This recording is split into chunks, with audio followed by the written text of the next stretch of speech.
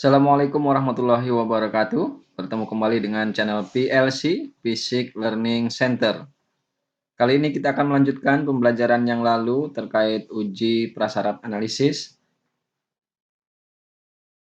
Pada video sebelumnya telah kita bahas definisi dari uji prasyarat serta pemahaman tentang kurva normal. Kali ini kita langsung akan melakukan uji normalitas distribusi data menggunakan SPSS. Namun demikian, sebelum kita melakukan uji dengan SPSS, ada beberapa hal yang harus kita pahami. Hipotesis yang digunakan dalam uji normalitas distribusi data yaitu H0-nya adalah data berasal dari populasi yang berdistribusi normal. Kemudian hipotesis alternatifnya HA, data tidak berasal dari populasi yang berdistribusi normal. Rekan-rekan, pada dasarnya dalam pengujian hipotesis apapun yang akan diuji adalah H0-nya. Melalui pengujian, kita akan membuktikan apakah H0-nya ditolak atau tidak dapat ditolak. Apakah H0-nya diterima atau ditolak. Jika H0-nya ditolak, maka yang diterima adalah hipotesis alternatifnya. Dan apabila H0-nya diterima, maka HA yang kita ajukan ini tidak dapat diterima. Dalam pengujian hipotesis, kita harus menentukan seberapa tingkat kepercayaan dan tingkat signifikansi dari pengujian tersebut. Tingkat signifikansi dalam sebuah pengujian hipotesis biasanya disimbolkan dengan alfa. Alfa yang biasanya digunakan dalam pengujian hipotesis adalah 1%, 5%, dan 10%. Atau jika dibuat dalam bilangan 0,01, 0,05, dan 0,1. Jika alfanya ini 0,05 misalnya atau 5% ini, maka sisanya yang 95% merupakan tingkat kepercayaan. Artinya, penelitian kita memiliki tingkat kepercayaan 95%. Dan alfa ini menunjukkan tingkat signifikansinya, yakni seandainya H0 ini benar, maka peluang untuk menolak H0 ini hanyalah sebesar 5%. Ada dua kriteria dalam pengambilan keputusan pada uji normalitas distribusi data. Yang pertama, jika nilai sig hitung atau di dalam SPSS kadang disebut sebagai p-value atau nilai peluang atau disebut sebagai sig saja, ya. Jika nilai sig hitung lebih besar atau sama dengan tingkat signifikansi atau signifikansi acuannya yakni 0,05, maka dapat dikatakan bahwa data berasal dari populasi yang berdistribusi normal. Dan jika sig hitung kurang dari alfa 0,05 atau kurang dari nilai signifikansi acuan ini, maka dapat dikatakan bahwa data tidak berasal dari populasi yang berdistribusi normal. Rekan-rekan, dalam kurva normal, besarnya alfa ini 0,05 atau 5% ini ditunjukkan pada arsiran yang ada di ujung-ujung kurva ini ya, ada di sebelah kanan dan ada di sebelah kiri. Daerah yang diarsir ini, daerah signifikansi ini merupakan daerah penolakan H0. Dan daerah yang tidak diarsir, yakni daerah di tengah-tengah ini merupakan daerah penerimaan H0. Apabila dalam pengujian normalitas distribusi data nanti, nilai signifikansi hitung berada di sini, artinya lebih kecil daripada 0,05, ada di dalam sini nih, ya. Berarti sig hitung kita berada pada daerah penolakan H0. Artinya H0 akan ditolak jika nilai signifikansinya lebih kecil daripada 0,05. Dan apabila signifikansi hitungnya nanti jatuh di daerah ini, ya, yang lebih besar dari kurva yang diarsir ini, di daerah ini, maka akan jatuh pada daerah penerimaan hak nol. Jadi hak nolnya tidak dapat ditolak. Dengan kata lain, hak nolnya diterima. Rekan-rekan, mari kita langsung saja melakukan uji normalitas distribusi data menggunakan SPSS. Di sini terdapat data skor hasil belajar siswa atau data skor tes dari siswa yang berada pada kelas eksperimen dan kelas kontrol. Anggap saja data ini berasal dari data sebuah penelitian yang menerapkan model pembelajaran yang berbeda dalam dua kelas penelitian, yakni kelas eksperimen dengan menerapkan model pembelajaran inovatif dan kelas kontrol yang menerapkan model pembelajaran konvensional. Jumlah siswa pada kelas eksperimen ini ada 21 siswa. Kodenya E1 sampai E21 dan kelas kontrol terdiri dari 20 siswa. Kodenya K1 sampai K20. Kemudian kode kelas eksperimen adalah 1, kode kelas kontrol adalah 2. Langsung saja kita masuk ke halaman kerja SPSS. Ini adalah halaman kerja SPSS. Saya telah menginputkan variabel-variabel yang sesuai dengan daftar pada Excel tadi, yakni ada ID siswa, menunjukkan kode nama siswa, kemudian variabel kelas.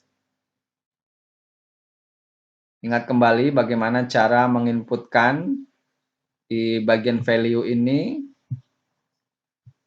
1 merupakan kelas eksperimen dan 2 merupakan kelas kontrol. Jika Anda lupa cara menuliskan variabel ini, Anda bisa melihat kembali video pembelajaran yang telah dilakukan sebelumnya. Kemudian jenis kelas ini merupakan pengkodean saja ya, sehingga datanya merupakan data nominal. Dan variabel terakhir adalah skor tes. Skor tes ini menunjukkan skor hasil belajar kognitif, katakanlah demikian. Kemudian pada bagian measure ini Anda tetapkan skalanya sebagai scale ini ya. Ini menunjukkan skala interval atau rasio. Setelah kita mendefinisikan semua variabel ini, maka kita masuk ke data view. Dan kita lihat di sini nama-nama variabelnya sudah ada, ID siswa, kelas, skor tes. Anda bisa langsung mengkopikan ini ya dari Excel tadi.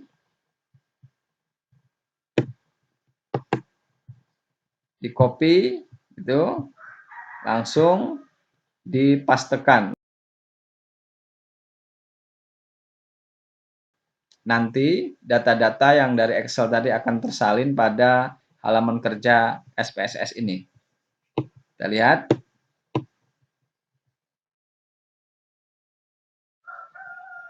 Oke ya, udah sama persis dengan Excel. Berikutnya kita masuk ke menu Analyze. Lalu Descriptive Statistik. Pilih Explore. Nah, di kotak bagian kiri ini ada variabel kode nama siswa, jenis kelas, skor hasil belajar.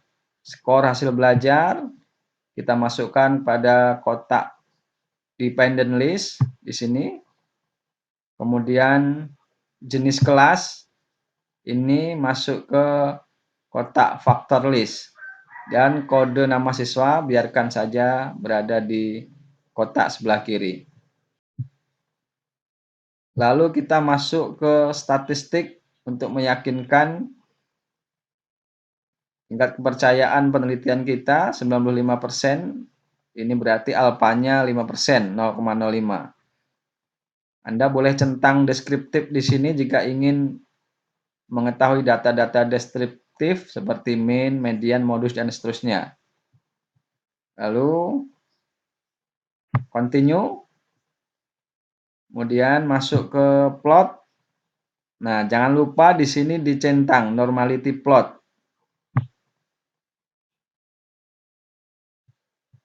Oke, setelah itu continue. Langkah berikutnya, klik OK. Nah, ini output hasil pengujian normalitas distribusi data menggunakan SPSS. Kita bisa lihat dalam tabel ringkasan ini untuk kelas eksperimen jumlahnya 21, data benar, kelas kontrol 20, benar. Tidak ada yang tertinggal, missingnya 0, ya, totalnya juga 21 dan 20. Tabel berikutnya di bawahnya ada tabel deskriptif karena kita tadi mencentang kotak deskriptif, maka di sini Anda akan memperoleh informasi pada kelas eksperimen, nilai rata-ratanya berapa, mediannya berapa, variannya berapa, standar deviasinya berapa, nilai minimum, maksimumnya berapa, ranknya berapa, sweetness, kurtosis, dan seterusnya. Kelas kontrol juga demikian. Ya.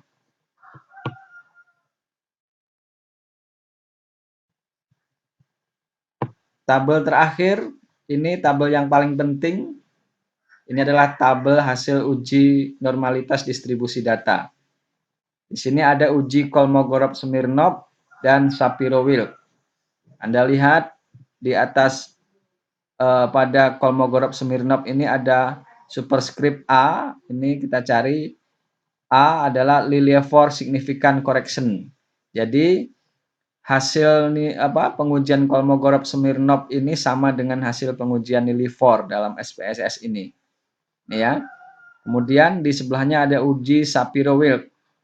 Karena data kita tidak diambil dari teknik random sampling, ya, sudah dijelaskan dalam video sebelumnya, maka pengujian normalitas yang kita lakukan itu sesungguhnya merupakan pengujian normalitas distribusi data menggunakan uji Kolmogorov-Smirnov atau uji Lilliefors. Sama.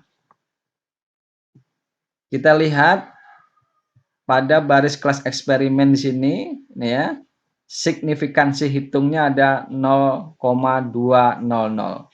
Dan pada kelas kontrol, signifikansi hitungnya kita peroleh juga sama, 0,200. Bagaimana interpretasi dari hasil ini? Nah, ini adalah tabel data interpretasi dari output hasil SPSS kita. Untuk kelas eksperimen, signifikansi acuannya alfanya 0,05, signifikansi hitungnya 0,20 tadi ya.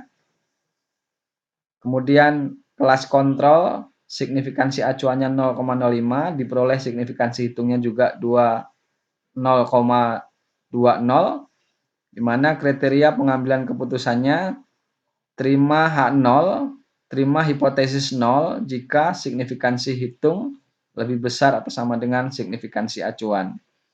Dan tolak hipotesis 0, H0 jika signifikansi hitung kurang dari signifikansi acuan 0,05. Dari sini kita bisa bandingkan bahwa signifikansi hitung 0,20 ini lebih besar daripada 0,05. Baik untuk kelas eksperimen maupun kelas kontrol.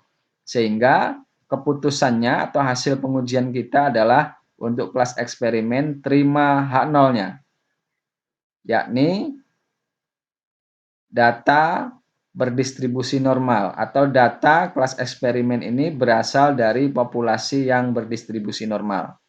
Untuk kelas kontrol juga demikian, karena sig hitungnya lebih besar daripada sig acuan, maka keputusannya terima H0-nya, yakni data berdistribusi normal atau data kelas kontrol berasal dari populasi yang berdistribusi normal.